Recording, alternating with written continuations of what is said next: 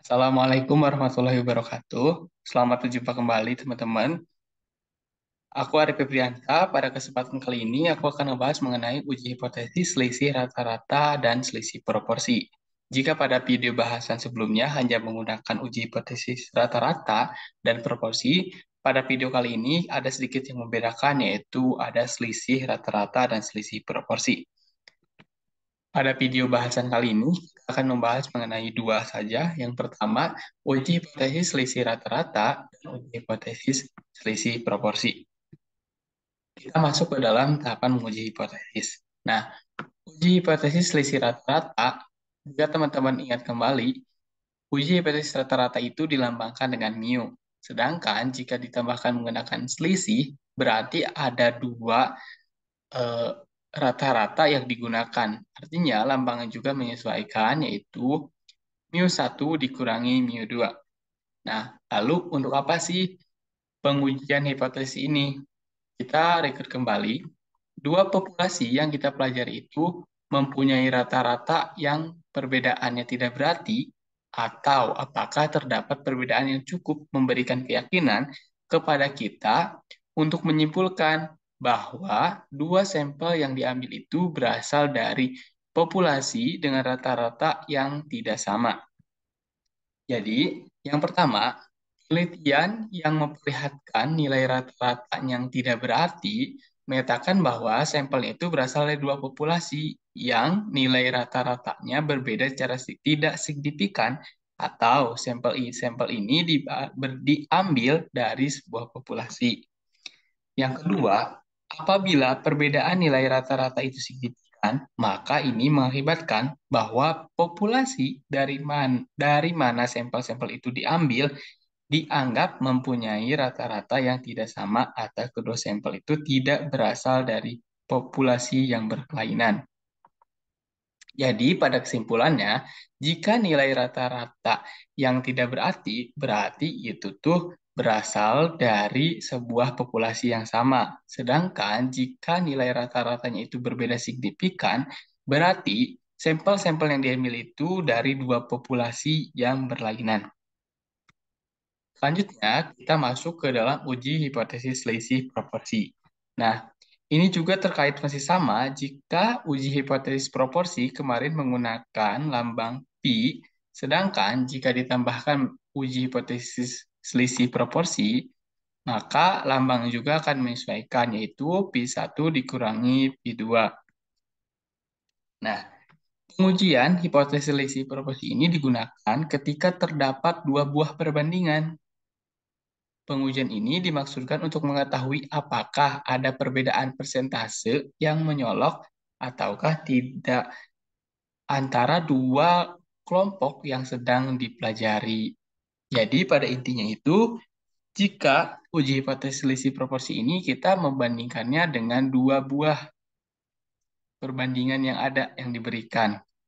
Nah, tujuannya itu untuk mengetahui apakah ada perbedaan persentase yang menyolok ataukah tidak dari dua kelompok yang diambil tersebut. Dikutip dari bukunya Profesor Dr. Surjana tahun 2004. Nah, kita masuk ke dalam langkah-langkah pengujian hipotesis. Untuk langkah-langkah pengujian hipotesis ini masih sama. Yang pertama, kita harus membuat dulu hipotesis, kemudian menghitung nilai Z statistik atau T statistik, kemudian menentukan batas daerah penerimaan dan penolakan, lanjut kita menentukan kriteria atau batasan H0, kemudian kita membandingkan nilai Z statistik atau T statistik dengan nilai Z tabel atau T tabel. Lalu langkah terakhir yaitu membuat kesimpulan. Yang pertama, kita harus membuat hipotesis. Nah, uji hipotesis selisih rata-rata, lambangnya kita telah ketahui itu mu 1 dikurangi mu 2. Berarti untuk uji dua pihak itu mu 1 sama dengan mu 2. Digunakannya itu lambang sama dengan di sininya. Berarti kalau H1-nya itu tidak sama dengan mu 1 tidak sama dengan mu 2. Ingat kembali kalau uji dua pihak itu pengujian untuk menentukan bahwa pernyataan tersebut dapat diterima atau tidak. Sedangkan uji pihak kanan itu H0-nya itu mu 1 kurang dari mu 2, atau H1-nya itu mu 1 lebih dari mu 2. Jika kita ingat-ingat kembali bahwa pengujian pihak kanan ini biasanya untuk membuktikan lebih baik atau lebih dari. Kita masuk ke uji satu pihak kiri. Untuk H0-nya itu mu 1 lebih dari mu 2, sedangkan H1-nya itu mu 1 kurang dari mu 2. Nah, untuk pengujian pihak kiri ini biasanya untuk menentukan kurang dari atau lebih buruk dari. Nah, kita melihat lagi uji hipotesis selisih proporsi. Berbedanya itu terdapat di lambangnya saja. Untuk semua kriteria hipotesisnya, dari H0, H1 juga, baik dari uji dua pihak, uji satu pihak kanan, dan uji satu pihak kiri, itu tidak ada perbedaan dalam menentukan hipotesisnya saja. Hipotesisnya, akan tetapi yang membedakan hanya lambang yang digunakan. Jika pada selisih rata-rata itu mu 1 dan mu 2, kalau dalam selisih proporsi itu pi 1 dan pi 2. Kita masuk ke dalam perhitungan nilai Z statistik atau T statistik.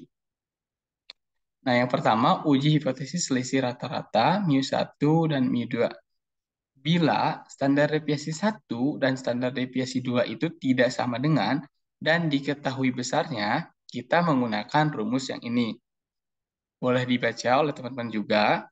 Bila standar deviasi 1 sama dengan standar deviasi 2 dikuadratkan dan diketahui besarnya, maka kita menggunakan rumus yang ini. Kemudian, bila standar deviasi 1 kuadrat tidak sama dengan standar deviasi yang kedua dikuadratkan dan tidak diketahui besarnya, kita menggunakan rumus yang ini. Nah, bila standar deviasi 1 kuadrat sama dengan standar deviasi 2 kuadrat dan tidak diketahui besarnya, maka teman-teman menggunakan rumus yang ini. Intinya, teman-teman menyesuaikan terhadap kondisi yang ada pada soal tersebut. Nah, dengan catatan, nilai Z ini dapat diganti dengan nilai T apabila jumlah sampelnya itu kurang dari 30, baik N1 tambah N2-nya itu kurang dari 30. Kemudian, jika proporsi nilai sampel yang diambil dari populasi itu lebih dari 5%, maka kita gunakan faktor koreksi. Nah, untuk uji hipotesis selisih proporsi itu terdapat dua kategori saja. Yang pertama, bila proporsi yang ke-1 dan kedua itu diketahui besarnya, maka kita langsung menggunakan rumus yang ini. Sedangkan bila proporsi 1 dan proporsi 2 itu tidak diketahui besarnya, maka kita menggunakan rumus yang ini. Boleh antara mau menggunakan yang ini dan rumus yang ini juga sama pada akhirnya. Nah, dengan catatan, nilai J ini dapat diganti dengan nilai T ketika jumlah sampelnya itu N kurang dari 30 ataupun N1 dan N2-nya itu kurang dari 30. Nah, ada lambang baru yang di sini yaitu X per N, itu artinya proporsi sampel, sedangkan P di sini adalah proporsi populasi. Nah, sama juga jika proporsi perbandingan sampel yang diambil dari populasi itu lebih dari 5%, maka kita gunakan nilai faktor koreksi. Oke, setelah itu kita menentukan batas daerah penerimaan dan penolakan. Untuk belum menentukan daerah penerimaan dan penolakan, kita harus menentukan dulu nilai Z tabel atau T tabel. Jika nilai N lebih dari 30, kita menggunakan Z tabel. Nah, ada dua kriteria. Jika uji dua pihak, maka itu menggunakan Z alfa per 2 yang didapat dari 1 min A per 2. Sedangkan uji satu pihaknya itu ZA sama dengan 0,5 dikurangi alfa. Kemudian ketentuan yang kedua itu apabila jumlah sampel yang diambil itu kurang dari sama dengan 30, maka kita hanya menghitungnya menggunakan T-tabel dengan menggunakan degree of freedom atau DF. Nah, uji dua pihak itu menggunakan nilai T setengah alfa, atau jika uji satu pihak itu cukup menggunakan T alfa. Nah, jika di tabel T, kalau uji dua pihak itu menggunakan baris yang ada di tutel, sedangkan jika T alpha kita menggunakan one type. Nah, untuk degree of freedom-nya kita cari N1 tambah N2 dikurangi 2, karena ada dua eh, sampel yang digunakan. Selanjutnya, setelah menentukan Z tabel, kita menggambar penerimaan dan penolakan H0. Nah, kriteria ini berlaku juga untuk uji selisih proporsi ataupun uji selisih rata-rata.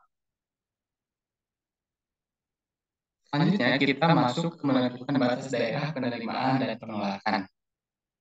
Oke, untuk menentukan batas penerimaan dan penolakan ini tergantung pada pengujian yang dilakukan. Jika uji dua pihak, maka daerah penerimaan HO itu berada di antara batas bawah dan batas atas. Nah, HO itu tidak dapat ditolak ketika nilai Z yang kita dapatnya itu berada lebih dari Z min Z alfa per 2 dan kurang dari Z alfa per 2 atau pada gambar ini ada di antara ini.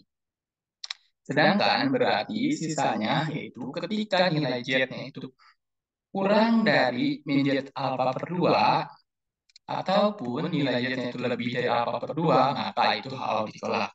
Selanjutnya, jika kita melakukan uji pihak kanan, yang ini, nah nilai hipotesis 0 itu tidak dapat ditolak ketika nilai Z-nya itu kurang dari Z alfa. Artinya, dari daerah batas atas ke bawah ini akan diterima H0-nya. Sedangkan berarti kebalikannya, jika nilai Z-nya itu lebih dari Z alfa, maka akan ditolak H0-nya. Kita masuk ke uji pihak kiri, ini gambarnya. Jika nilai Z lebih dari min Z alfa atau batas bawah, itu HO-nya tidak ditolak. HO-nya tidak dapat ditolak, atau daerahnya dari sini. Dari sini sampai sini. Kemudian, kebalikannya, jika nilai Z kurang dari min Z alfa, berarti HO ditolak. Untuk kriteria ini, baik diuji hipotesis rata-rata dan proporsi, maupun yang selisih proporsi dan rata-rata itu sama saja, tidak ada yang membedakan, hanya saja tadi yang membedakan adalah nilai perhitungan dalam jet statistiknya dan degree of freedom yang digunakan. Nah, kriteria ini, seperti yang telah disebutkan tadi, berlaku pada hipotesis selisih dan proporsi juga. Artinya ini general. Kemudian nilai Z ini dapat kita ganti menyesuaikan jumlah sampel yang diambil. Apabila kurang dari sama dengan 30, kita gunakan nilai Z. Setelah itu kita membandingkan nilai Z start atau T start dengan nilai Z tabel atau T tabel. Setelah itu kita ambil kesimpulan. Kita masuk ke dalam contoh soal uji selisih hipotesis rata-rata. Contoh 1. Nah, dari suatu penelitian dilakukan terhadap dua jenis merek yogurt. Diambil sampel sebanyak 30 bungkus merek Euphoria dan 25 bungkus merek Simori. Setelah diteliti, ternyata rata-rata gula yang terkandung pada merek Euphoria ini sebesar 42,3 gram dan simpangan bakunya itu 2,5 gram. Sedangkan untuk yogurt merek Simori itu mengandung gula sebanyak sebesar 41,7 gram dengan simpangan bakunya 2,7 gram.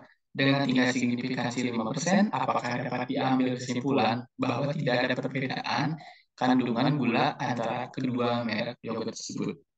Oke, kita masuk ke pembahasan. Nah, diketahuinya itu pertama ada yogurt Euphoria dengan jumlah yang diambilnya itu ada 30 sebagai sampel. Kemudian rata-rata gula yang dikandungnya itu 42,3 dan standar deviasi sampelnya itu 2,5. Lanjut lagi ke yogurt Cimory, itu ada jumlah sampel digunakan 25, rata-ratanya 41,2, dan standar simpangan baku pada yogurt Cimory ini 2,7. Itu gunakan alpha 5%. Jadi ditanyanya adalah apakah terdapat perbedaan kandungan gula antara kedua merek yogurt tersebut. Nah, untuk membuktikan tidak ada perbedaan itu, kita langsung saja menggunakan uji dua pihak. Oke, kita jawab. Yang pertama, kita tentukan hipotesis terlebih dahulu. H0, mu1 sama dengan mu2. Artinya, tidak terdapat perbedaan kandungan gula antara kedua merek yogurt tersebut. Kemudian, untuk H1-nya itu, mu1 tidak sama dengan mu2. Artinya, terdapat perbedaan kandungan gula antara kedua merek yogurt tersebut. Kita masuk ke nilai perhitungan Z statistik.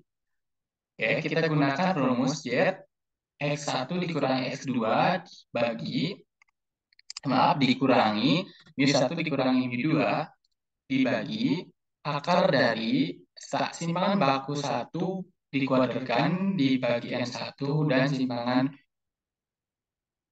simpangan 2 dikuadratkan dibagi N2. Oke, karena di sini tidak diketahui berapa standar deviasi populasinya, kita gunakan simpangan baku dari sampel. Setelah itu kita masukkan ke dalam soal dikurangi nol. Nol di sini karena di uji hipotesis ini kita tidak menentukan berapa nilai yang digunakannya. Jadi kita masukkan nilai nol saja.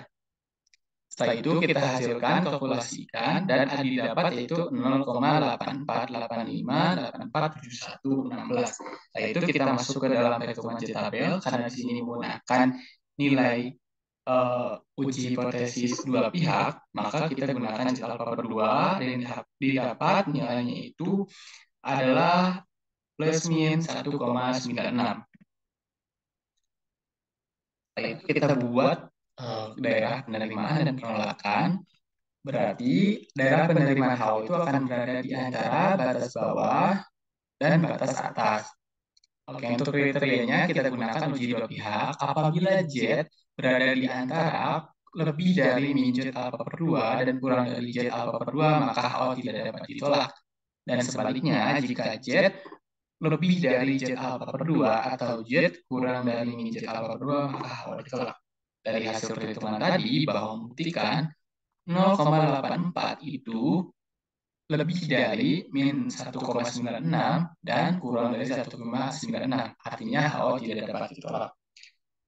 Jadi kita ambil kesimpulan dengan taraf netral 5%, dapat disimpulkan bahwa tidak ada perbedaan kandungan gula antara yogurt euforia dan Cimori karena perbedaannya tidak cukup berarti. Kita masuk ke dalam soal uji hipotesis selisih porsi. Nomor 1, seorang petani mengadakan percobaan pada dua macam pupuk buatan mahasiswa 4, menyatakan bahwa perubahan akibat pupuk buatan pertama dan kedua pada suatu padi adalah sama. Pupuk buatan pertama diberikan pada 100 padi dan ternyata 60 padi itu menunjukkan perubahan. Sedangkan pupuk buatan kedua diberikan pada 150 padi dan ternyata 85 padi berubah. Ujilah dengan taraf nyata 5%. Kita masuk ke dalam pembahasannya. Diketahui ada jumlah pada buatan pertama itu digunakan 100 sampel dan 60 ini menunjukkan berhasil. Kemudian dari buatan kedua kita gunakan 150 sampel dan 85 ini terdapat perubahan atau berhasil. Ditanyanya apakah ada perbedaan signifikan dari penggunaan dua pupuk tersebut? Kita masuk ke dalam pembahasan selanjutnya. Yang pertama, kita buat hipotesis H0 itu proporsi pertama dan proporsi kedua itu sama. Artinya, perubahan akibat pupuk buatan pertama dan kedua pada suatu padi adalah sama. Selanjutnya, untuk H1-nya itu, proporsi 1 tidak sama dengan proporsi 2. Perubahan akibat pupuk buatan pertama dan kedua pada suatu padi adalah tidak sama. Kita masuk ke hitungan Z tabel, dan kurva. Oke, di sini karena dua proporsinya diketahui dan jumlah sampelnya itu lebih dari 30, kita gunakan nilai Z. Kita masukkan ke dalam rumus. Tadi untuk proporsi yang pertama itu adalah 60 berhasil dari 100. Kita masukkan di sini 60 per 100. Kemudian proporsi yang kedua itu adalah 85 dari 150. Kita masukkan ke sini. Ini juga masih 0 karena tidak ditanyakan berapa yang ingin digunakannya.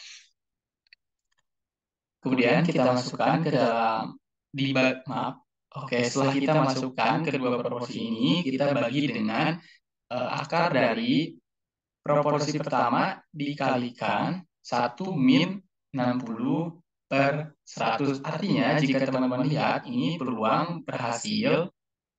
Ini untuk peluang berhasilnya berapa? Kemudian, daerah ini 1 dikurangi min 60 per 100 ini adalah daerah gagalnya. Artinya 60 per 100 itu berhasil dan sisanya berarti ini gagal. Dibagi 100 jumlah sampelnya berapa, kemudian untuk yang kedua juga masih sama.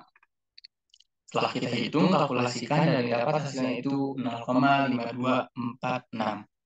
Setelah itu kita masuk ke hitungan di tabel, karena ini menggunakan kedua pihak, gunakan yang tadi, hasilnya masih sama, itu ada 1,96.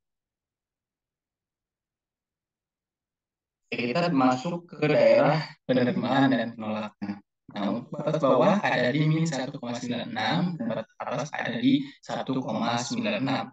Itu kita buat kriteria apabila Z berada di antara lebih dari min Z alfa per 2 atas batas bawahnya dan atau kurang dari batas atas Z alfa per 2, maka HO tidak dapat ditolak.